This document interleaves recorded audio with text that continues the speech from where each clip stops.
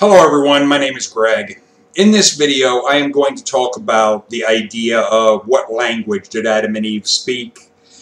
And I recognize that the characters of Adam and Eve are largely mythical. They're not really a real tangible couple.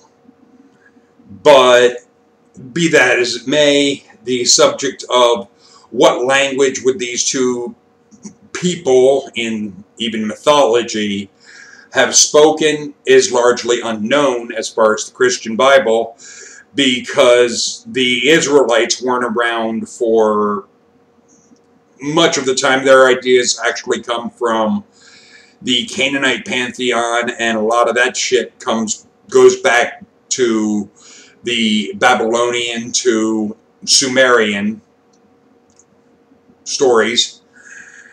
And the written language, at least regarding Sumer, was cuneiform. Now, I don't know if that would have been what would have been spoken as well, or if it would have been another language of that nature. Who frickin' knows? But when I was doing my research back in my 20s on the subject of what language did Adam and Eve speak, what I have come to term my higher self, what I have felt guiding me all of my life, I was directed to look in the Satanic Bible. So I did, and I came across a word that kind of jumped out at me, and it was Enochian. And I had gotten a book, this one, on the subject of Enochian. Now, one of the things you'll notice on the cover of this, there are four, excuse me, there are four different pictures. What those relate to is there is a chart that you can see that has the different symbols with the Enochian script in them, and there's the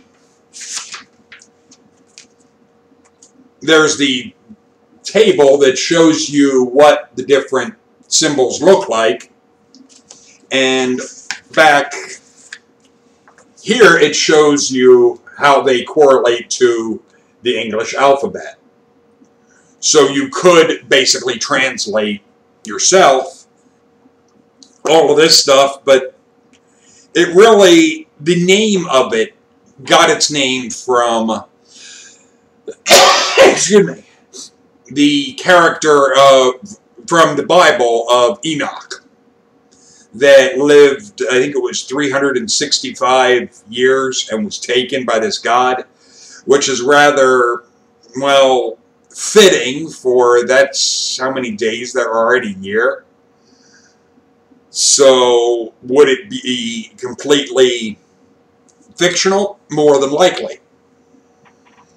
Without evidence to support the physical existence of somebody living that long, there's no reason to believe such a person existed. But, be that as it may, the language of Enochian didn't come about until John Dee and Edward Kelly, excuse me, damn. John Dee was a seer, and he would do scrying and so forth, which is staring into like water or some thing to try and have some kind of vision. And John Dee was his assistant, or Edward Kelly was his assistant, sorry. John Dee was the one that would do the scrying.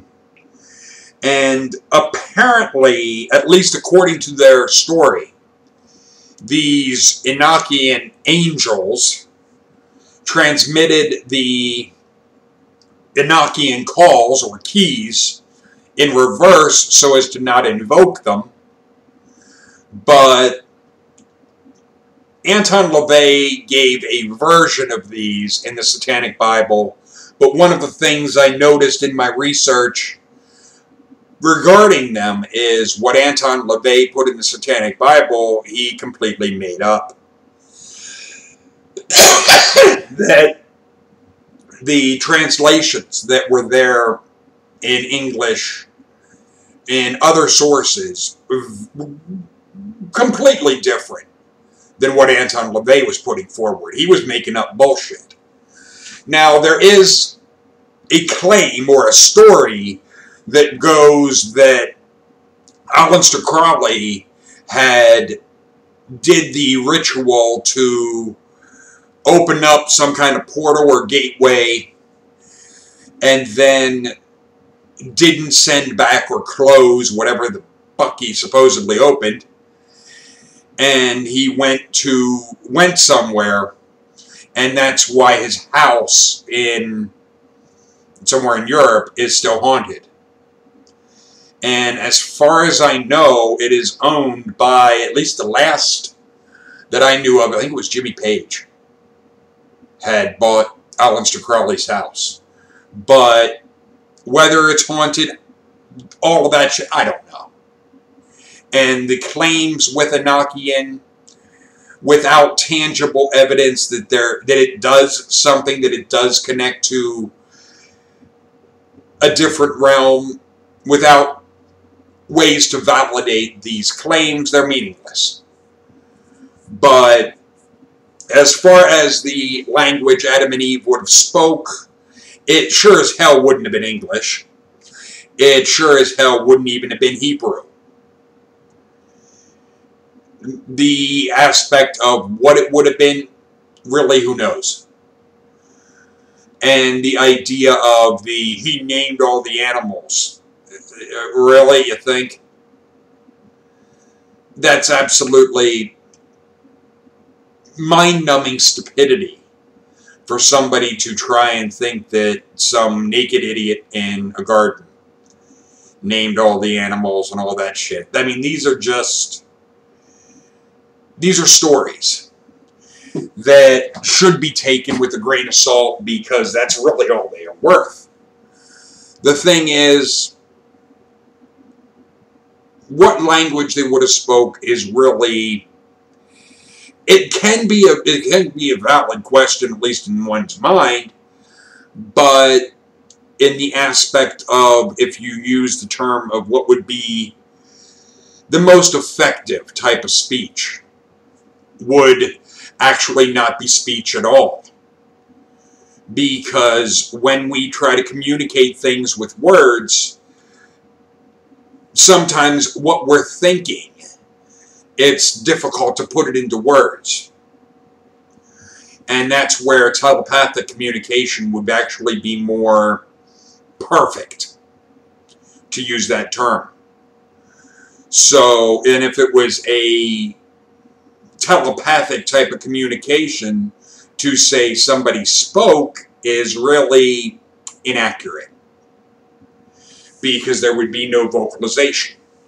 But in order for that to be possible, even in a theoretical, would involve what would be termed the pineal gland in the brain, that in humans is about the size of a pea. And it is speculated in with the subject of aliens and UFOs and so forth, that the other ETs that are in the universe, that their pineal gland is a lot larger. And that telepathy is something that is just common.